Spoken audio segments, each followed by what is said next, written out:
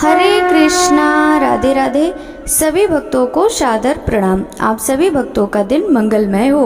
भक्तों, आज की इस वीडियो में आप सुनेंगे भाद्रपद मास महात्म्य के तीसरे अध्याय की कथा। भाद्रपद मास महात्म्य के कल के अध्याय में आपने 14 मनवंतरों तथा विवस्वान की संतति का वर्णन, वैवस्वत मनु के वंशजों का वर्णन की कथा का रसपान किया था। भक्तों, भादव मास महात्म्य के आज के इस अध्याय में राजा सगर का चरित्र तथा इक्ष्वाकु वंश के मुख्य राजाओं का परिचय की कथा का रसपान करेंगे। तो चलिए भक्तों, वीडियो शुरू करते हैं।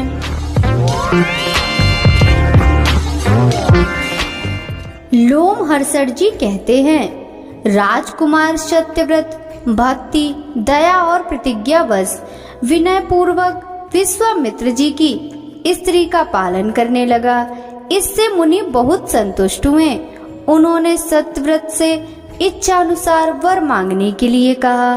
राजकुमार बोला, मैं इस शरीर के साथ ही स्वर्गलोक में चला जाऊं। जब अनावृष्टि का भय दूर हो गया, तब विश्वामित्र जी ने उसके पिता के राज्य पर अभिषिक्त करके उसके द्वारा यज्ञ करवाया। वे महातपस्वी थे। उन्होंने देवताओं तथा वशिष्ठ के देखते देखते सत्यव्रत को शरीर सहित स्वर्गलोक में भेज दिया। उसकी पत्नी का नाम सत्यव्रता था। वह केकई कुल की कन्या थी। उसने हरिश्चंद्र नामक निष्पाप पुत्र को जन्म दिया। राजसू यज्ञ का अनुष्ठान करके वे सम्राट कहलाए। हरिश्चंद्र के पुत्र का नाम रोहित था। रोहित के हरित और हरित के पुत्र जसु हुए। जसु के पुत्र का नाम विजय था। वे संपूर्ण पृथ्वी पर विजय प्राप्त करने के कारण विजय कहलाए। विजय के पुत्र राजा रुरुक हुए, जो धर्म और अर्थ के ज्ञाता थे। रुरुक के व्रक, व्रक के बाहु और बाहु के सगर हुए। वे गर अर्थात विष के साथ प्रकट हुए थे, इसलिए उनका नाम सगर हुआ। उन्होंने भृगुवंशी और मुनि से आग्नेय अस्त्र प्राप्त कर ताल जंग और है नामक क्षत्रियों को युद्ध में हराया और समूची पृथ्वी पर विजय प्राप्त कर ली। फिर शक, पहव तथा पारदों के धर्म का निराकरण किया। मुनियों ने पूछा, सगर की उत्पत्ति गर के साथ कैसे हुई? उन्होंने क्रोध में आकर शक आदि महातेजस्वी क्षत्रियों के कुलोचित धर्मों का निराकरण क्यों किया? यह सब विस्तार पूर्वक सुनाइए। लोमहर्षण जी ने कहा, राजा बाहु व्यसनी थे, अतः पहले है नामक क्षत्रियों ने ताल जंगों और शकों की सहायता से उनका राज्य छीन लिया। यवन, पारद, काम्बोज तथा पहव नाम के गढ़ों ने भी हयवों के लिए पराक्रम दिखाया। राज्य छीन पाने पर राजा बाहु दुखी हो पत्नी के साथ वन में चले गए। वहीं उन्होंने अपने प्राण त्याग दिए। बाहु की पत्नी यादवी गर्भवती थी। वे भी राजा का सहगमन करने को प्रस्तुत हो गई। उन्हें उनकी सौत ने पहले ही जहर दे रखा था। उन्होंने वन में चिता बनाई, उस पर आरूढ़ हो पति के साथ भस्म हो जाने का विचार किया। भृगुवंशी और मुनि को उनकी दशा पर बड़ी दया आई। उन्होंने रानी को चिता में जलने से रोक दिया। उन्हीं के आश्रम में वह गर्भ जहर के साथ ही प्रकट हुआ। वहीं महाराज सगर हुए और उन्हें बालक के जात कर्म आदि संस्कार किए। वेद शास्त्र पढ़ाए तथा आग्नेय अस्त्र भी प्रदान किया, जो देवताओं के लिए भी दुष्य है। उसी से सगर ने है वंशी क्षत्रियों का विनाश किया और लोक में बड़ी भारी कीर्ति पाई। तदंतर उन्होंने शक, यवन, काम्बोज, पारद तथा पहो गढ़ों का सर्वनाश करने के लिए उद्योग किया। वीरवर महात्मा सगर की मार पड़ने पर भी वे सभी महर्षि वशिष्ठ की शरण में गए और उनके चरणों पर गिर पड़े। तब महातेजस्वी वशिष्ठ ने कुछ शर्त के साथ उन्हें अभय दान दिया और राजा सगर को रोका। सगर ने अपनी प्रतिज्ञा तथा गुरु के वचन का विचार करके केवल उनके धर्म का निराकरण किया और उनके वेश बदल दिए। सको के आधे मस्तक को मुड़वाकर विदा कर दिया। यमनों को काम्बोजों का सारा सिर मुड़ा दिया। पारदों के सारे केस उड़ा दिए। धर्म विजयी राजा सगर ने इस पृथ्वी को जीतकर अश्वमेध यज्ञ की दीक्षा ली और अश्व को देश में विचरने के लिए छोड़ा। जब अश्व पूर्व दक्षिण समुद्र के तट पर विचर रहा था, उस समय किसी ने उसको चुरा लिया और पृथ्वी के भीतर छिपा दिया। राजा ने अपने पुत्रों से उस प्रदेश को खुदवाया। महासागर की खुदाई होते समय उन्होंने वहां आदि पुरुष भगवान विष्णु को, जो हरि कृष्ण और प्रजापति नाम से भी प्रसिद्ध हैं, महर्षि कपिल के रूप में शयन करते देखा। जागने पर उनके नेत्रों के तेज से वे सभी जलकर भस्म हो गए। केवल 4 ही बचे, जिनके नाम हैं वर्षिकेतु, सुकेतु, धर्मरथ और पंचनद। यही राजा के वंश चलाने वाले हुए। कपिल रूपधारी भगवान नारायण ने उन्हें वरदान दिया कि राजा इक्ष्वाकु का वंश अक्षय होगा और इसकी कीर्ति कभी नहीं मिट सकती। भगवान ने समुद्र को सगर का पुत्र बना दिया और अंत में उन्हें अच्छे स्वर्गवास के लिए भी आशीर्वाद दिया। उस समय समुद्र ने अर्घ्य लेकर महाराज सगर का वंदन किया। सगर का पुत्र होने के कारण ही समुद्र का नाम सागर हुआ। उन्होंने अश्वमेध यज्ञ के उस अश्व को पुनः समुद्र से प्राप्त किया और उसके द्वारा 100 अश्वमेध यज्ञ के अनुष्ठान पूर्ण किए। हमने सुना है राजा सगर के 60,000 पुत्र थे। मुनियों ने पूछा, साधुवर, सगर के 60,000 पुत्र कैसे हुए? वे अत्यंत बलवान और वीर किस प्रकार हुए? लोमहर्षण जी ने कहा, सगर की 2 रानियां थीं जो तपस्या करके अपने पाप दग्ध कर चुकी थीं। उनमें बड़ी रानी विदर्भ नरेश की कन्या थी, उनका नाम केसनी था। छोटी रानी का नाम महती था। वह अरिष्ट नेमि की पुत्री तथा परम धर्म परायणा थी। इस पृथ्वी पर उसके रूप की समता करने वाली दूसरी कोई स्त्री नहीं थी। महर्षि औरव ने उन दोनों को इस प्रकार वरदान दिया, एक रानी 60,000 पुत्र प्राप्त करेगी और दूसरी रानी को एक ही पुत्र होगा, किंतु वह वंश चलाने वाला होगा। इन दोनों वरों में से जिसे चाहो वह वही ले ले। तब उनमें से एक ने 60,000 पुत्रों का वरदान ग्रहण किया तो दूसरी ने वंश चलाने वाले एक ही पुत्र को प्राप्त करना चाहा। मुनि ने तथास्तु कहकर वरदान दे दिया। फिर एक रानी के राजा पंचजन हुए और दूसरी ने बीज से भरी हुई एक तुम्बी उत्पन्न की। उसके भीतर तिल के बराबर 60,000 गर्भ थे। वे समयानुसार सुखपूर्वक बढ़ने लगे। राजा ने उन सब गर्भों को घिसे भरे हुए घड़े में रखवा दिया और उनका पोषण करने के लिए प्रत्येक के पीछे एक एक धाय नियुक्त कर दी। तत्पश्चात क्रमशः 10 महीनों में सगर की प्रसन्नता बढ़ाने वाले वे सभी कुमार उठ खड़े हुए। पंचजन ही राजा बनाए गए। पंचजन के पुत्र अंशुमान हुए जो बड़े पराक्रमी थे। उनके पुत्र दिलीप हुए जो खटवांग के नाम से भी प्रसिद्ध हैं, जिन्होंने स्वर्ग से यहाँ आकर 2 घड़ी के जीवन में ही अपनी बुद्धि तथा सत्य के प्रभाव से परमार्थ साधन के द्वारा तीनों लोक जीत लिए। दिलीप के पुत्र महाराज भगीरथ हुए, जिन्होंने नदियों में श्रेष्ठ गंगा को स्वर्ग से पृथ्वी पर उतारकर समुद्र तक पहुंचाया और उन्हें अपनी पुत्री बना लिया। भगीरथ की पुत्री के कारण ही गंगा को भागीरथी कहते हैं। भगीरथ के पुत्र राजा श्रुत हुए। श्रुत के पुत्र नाभाग हुए जो बड़े धर्मात्मा थे।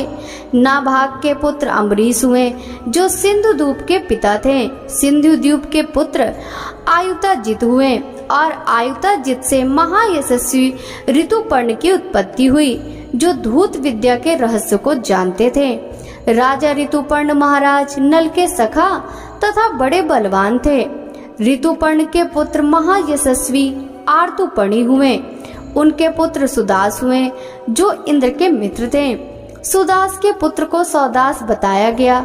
वे ही कलमासपात के नाम से विख्यात हुए तथा राजा मित्र से भी उन्हीं का नाम था। कलमासपात के पुत्र सर्वकर्मा हुए। सर्वकर्मा के पुत्र अनरण्य थे। अनरण्य के 2 पुत्र हुए, अनमित्र और रघु। अनमित्र के पुत्र राजा दुलीदु थे। उनके पुत्र का नाम दिलीप हुआ, जो भगवान श्री रामचंद्र जी के प्रापितामह थे। दिलीप के पुत्र महाबाहु रघु हुए, जो अयोध्या के महाबली सम्राट थे। रघु के अज और अज के पुत्र दशरथ हुए। दशरथ से महायशस्वी धर्मात्मा श्री राम का प्रादुर्भाव हुआ। श्री रामचंद्र जी के पुत्र कुश के नाम से विख्यात हुए। कुश से अतिथि का जन्म हुआ, जो बड़े यशस्वी और धर्मात्मा थे। अतिथि के पुत्र महापराक्रमी निषद थे। निषद के नल और नल के नभ हुए। नभ के पुंडरीक और पुंडरीक के क्षेम धनवा हुए। क्षेम धनवा के पुत्र महाप्रतापी देवानिक थे। देवानिक से अइनगु, अइनगु से सुधनवा, सुधनवा से राजा सल, सल से धर्मात्मा उक्य, उक्य से व्रजनाभ और वज्रनाभ से नल का जन्म हुआ। मुनिवरों, पुराण में 2 ही नल प्रसिद्ध हैं। एक तो चंद्रवंशी वीरसेन के पुत्र थे और दूसरे इक्ष्वाकु वंश के धुरंधर वीर थे। इक्ष्वाकु वंश के मुख्य पुरुषों के नाम बताए गए। ये सूर वंश के अत्यंत तेजस्वी राजा थे। अदिति नंदन सूर की तथा प्रजाओं के पोषक श्रातदेव मनु की इस सृष्टि परंपरा का पाठ करने वाला मनुष्य संतानवान होता है और सूर्य का सायुज्य प्राप्त करता है। लोमहर्षण जी कहते हैं, पूर्व काल में जब ब्रह्मा जी सृष्टि का विस्तार करना चाहते थे, उस समय उनके मन से महर्षि अत्रि का प्रादुर्भाव हुआ, जो चंद्रमा के पिता थे। सुनने में आया कि अत्रि ने 3000 दिव्य वर्षों तक अनुत्तर नाम की तपस्या की थी। उसमें उनका वीर ऊर्ध्वगामी हो गया था। वही चंद्रमा के रूप में प्रकट हुआ। महर्षि का वह तेज ऊर्ध्वगामी होने पर उनके नेत्रों के जल के रूप में गिरा और 10 दिशाओं को प्रकाशित करने लगा। चंद्रमा को गिरा देख लोक पितामह ब्रह्मा जी ने संपूर्ण लोकों के हित की इच्छा से उसे रथ पर बिठाया। अत्रि के पुत्र महात्मा सोम के गिरने पर ब्रह्मा जी के पुत्र तथा अन्य महर्षि उनकी स्तुति करने लगे। स्तुति करने पर उन्होंने अपना तेज समस्त लोकों की पुष्टि के लिए सब ओर फैला दिया। चंद्रमा ने उस श्रेष्ठ रथ पर बैठकर समुद्र पर्यंत समूची पृथ्वी की 21 बार परिक्रमा की। उस समय उनका जो तेज चूसकर पृथ्वी पर गिरा, उससे सब प्रकार के अन्न आदि उत्पन्न हुए, जिनसे यह जगत जीवन धारण करता है। इस प्रकार महर्षियों के स्तवन से तेज को पाकर महाभाग चंद्रमा ने बहुत वर्षों तक तपस्या की। उससे संतुष्ट होकर ब्रह्मवेत्ताओं में श्रेष्ठ ब्रह्मा जी ने उन्हें बीज, औषधि, जल तथा ब्राह्मणों का राजा बना दिया। मृदुल स्वभाव वालों में सबसे श्रेष्ठ सोम ने वह विशाल राज्य पाकर राजसूय यज्ञ का अनुष्ठान किया, जिसमें लाखों की दक्षिणा बांटी गई। उस यज्ञ में सिनी, कुहू, दुति, पुष्टि, प्रभा, वसु, कीर्ति, धृति तथा लक्ष्मी, इन 9 देवियों ने चंद्रमा का सेवन किया। यज्ञ के अंत में अवभृत स्नान के पश्चात संपूर्ण देवताओं तथा ऋषियों ने उनका पूजन किया। राजाधिराज सोम 10 दिशाओं को प्रकाशित करने लगे। महर्षियों द्वारा सत्कृत वह दुर्लभ ऐश्वर्य पाकर चंद्रमा की बुद्धि भ्रांत हो गई। उनमें विनय का भाव दूर हो गया और अनीति आ गई। फिर तो ऐश्वर्य के मद से मोहित होकर उन्होंने बृहस्पति जी की पत्नी तारा का अपहरण कर लिया। देवताओं और देवर्षियों के बारंबार प्रार्थना करने पर भी उन्होंने बृहस्पति जी की तारा नहीं लौटाई। तब ब्रह्मा जी ने स्वयं ही बीच में पकड़कर तारा को वापस कराया। उस समय वह गर्भवती थी। यह देख बृहस्पति जी ने कुपित होकर कहा, मेरे क्षेत्र में तुम्हें दूसरे का गर्भ नहीं धारण करना चाहिए। तब उसने तृण के समूह पर उस गर्भ को त्याग दिया। पैदा होते ही उसने अपने तेज से देवताओं के विग्रह को लज्जित कर दिया। उस समय ब्रह्मा जी ने तारा से पूछा, ठीक ठीक बताओ, यह किसका पुत्र है? तब वह हाथ जोड़कर बोली, चंद्रमा का है। इतना सुनते ही राजा सोम ने उस बालक को गोद में उठा लिया और उसका मस्तक सूंघकर बुध नाम रखा। यह बालक बड़ा बुद्धिमान था। बुध आकाश में चंद्रमा नाम से प्रतिकूल दिशाओं में उदित होते हैं। मुनिवर, बुध के पुत्र पुरीरवा हुए, जो बड़े विद्वान, तेजस्वी, दानशील, यज्ञकर्ता तथा अधिक दक्षिणा देने वाले थे। वे ब्रह्मवादी, पराक्रमी तथा शत्रुओं के लिए दुर्धर्ष थे। निरंतर अग्निहोत्र करते और यज्ञों के अनुष्ठान में संलग्न रहते थे। सत्य बोलते और बुद्धि को पवित्र रखते थे। तीनों लोकों में उनके समान यशस्वी दूसरा कोई नहीं था। वे ब्रह्मवादी, शांत, धर्मज्ञ तथा सत्यवादी थे। इसलिए यशस्वी उर्वशी ने मान छोड़कर उनका वरण किया। राजा पुरूरवा उर्वशी के साथ पवित्र स्थानों में 59 वर्षों तक विहार करते रहे। उन्होंने महर्षियों द्वारा प्रशंसित प्रयाग में राज्य किया। उनका ऐसा ही प्रभाव था। पुरूरवा के 7 पुत्र हुए, जो गंधर्व लोक में प्रसिद्ध और देव कुमारों के समान सुंदर थे। उनके नाम इस प्रकार हैं: आयु, अमावसु, विश्वायु, धर्मात्मा, श्रुतायु, दृढ़ायु, वनायु तथा ब्रह्मायु। ये सब उर्वशी के गर्भ से उत्पन्न हुए थे। अमावसु के पुत्र राजा भीम हुए। भीम के पुत्र कांजन प्रभ और उनके पुत्र महाबली सुहोत्र हुए। सुहोत्र के पुत्र का नाम जहू था, जो केसनी के गर्भ से उत्पन्न हुए थे। उन्होंने सर्पमेध नामक महान यज्ञ का अनुष्ठान किया। एक बार गंगा उन्हें पति बनाने के लोभ से उनके पास गई, किंतु उन्होंने अनिच्छा प्रकट कर दी। तब गंगा ने उनकी यज्ञशाला बहा दी। यह देख जहू ने क्रोध में भरकर कहा, गंगे, मैं तेरा जल पीकर तेरे इस प्रयत्न को अभी व्यर्थ किए देता हूँ। तू अपने इस घमंड का फल शीघ्र पाले। यूँ कहकर उन्होंने गंगा को पी लिया। यह देख महर्षियों ने बड़ी अनुनय करके गंगा को जहू की पुत्री के रूप में प्राप्त किया।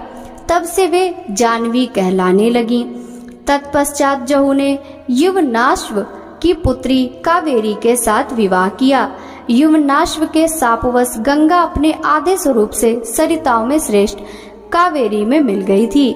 जहू ने कावेरी के गर्भ से सुनद नामक धार्मिक पुत्र को जन्म दिया। सुनद के पुत्र अजक, अजक के बालाकाश्व और बलाकाश्व के पुत्र कुश हुए। कुश के देवताओं के समान तेजस्वी 4 पुत्र हुए: कुशिक, कुशनाभ, कुशाम्ब और मूर्तिमान। राजा कुशिक वन में रहकर ग्वालों के साथ पले थे। उन्होंने इंद्र के समान पुत्र प्राप्त करने की इच्छा से तप किया। 1000 वर्ष पूर्ण होने पर इंद्र भयभीत होकर उनके पास आए। उन्होंने स्वयं अपने को ही उनके पुत्र के रूप में प्रकट किया। उस समय वे राजा गाधी के नाम से प्रसिद्ध हुए। कुशिक की पत्नी पौरा थी। उसी के गर्भ से गाधी का जन्म हुआ था। गाधी के एक परम सौभाग्यशालिनी कन्या हुई, जिसका नाम सत्यवती था। गाधी ने उस कन्या का विवाह शुक्राचार्य के पुत्र ऋचिक के साथ किया था। ऋचिक अपनी पत्नी से बहुत प्रसन्न रहते थे।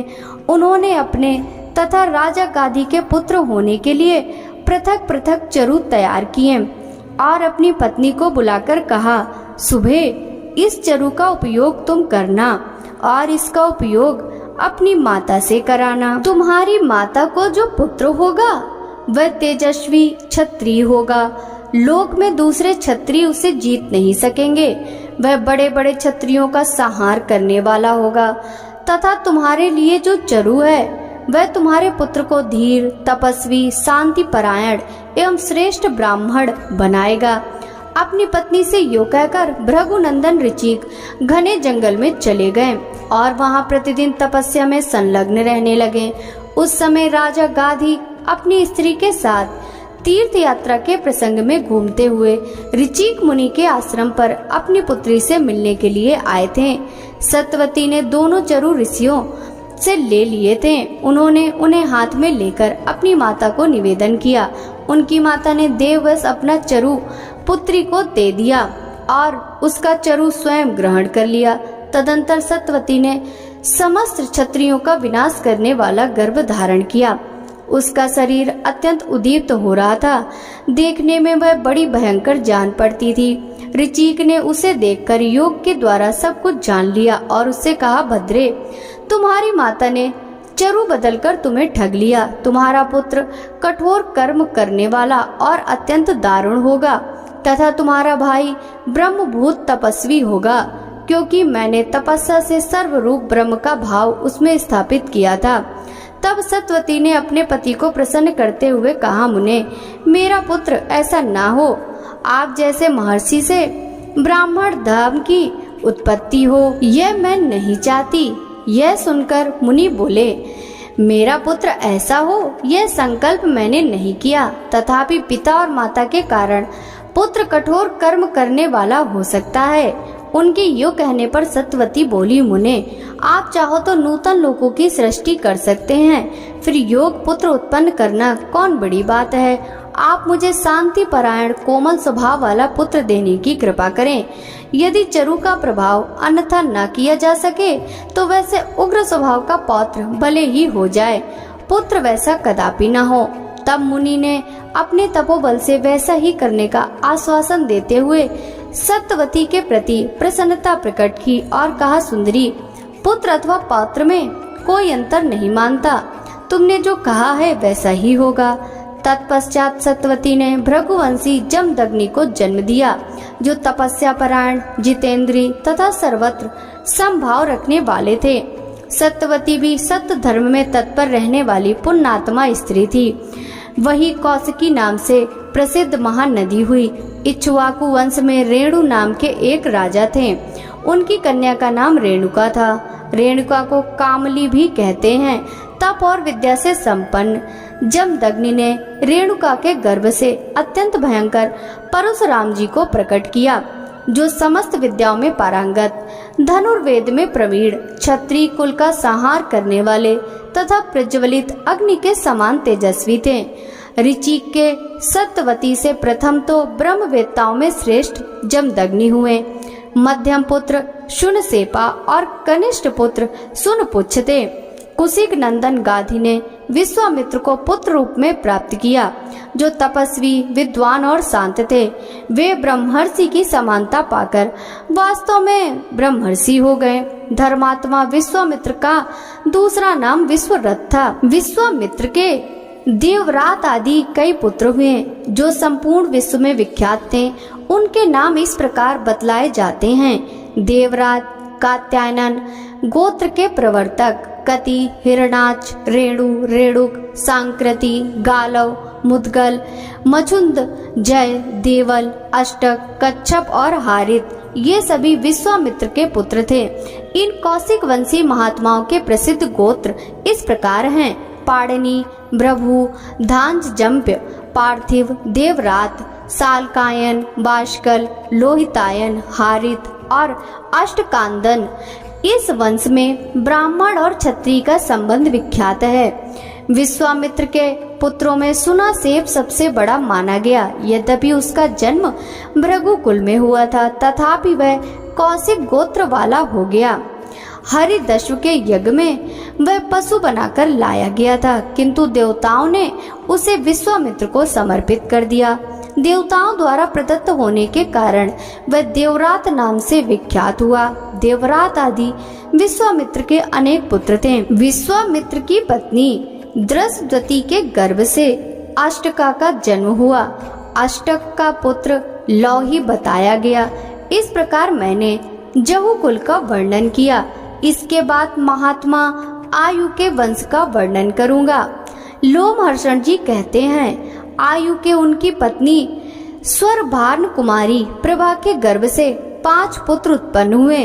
वे सभी वीर और महारथी थे। कथा पसंद आई हो तो वीडियो को लाइक कीजिएगा। राधे राधे।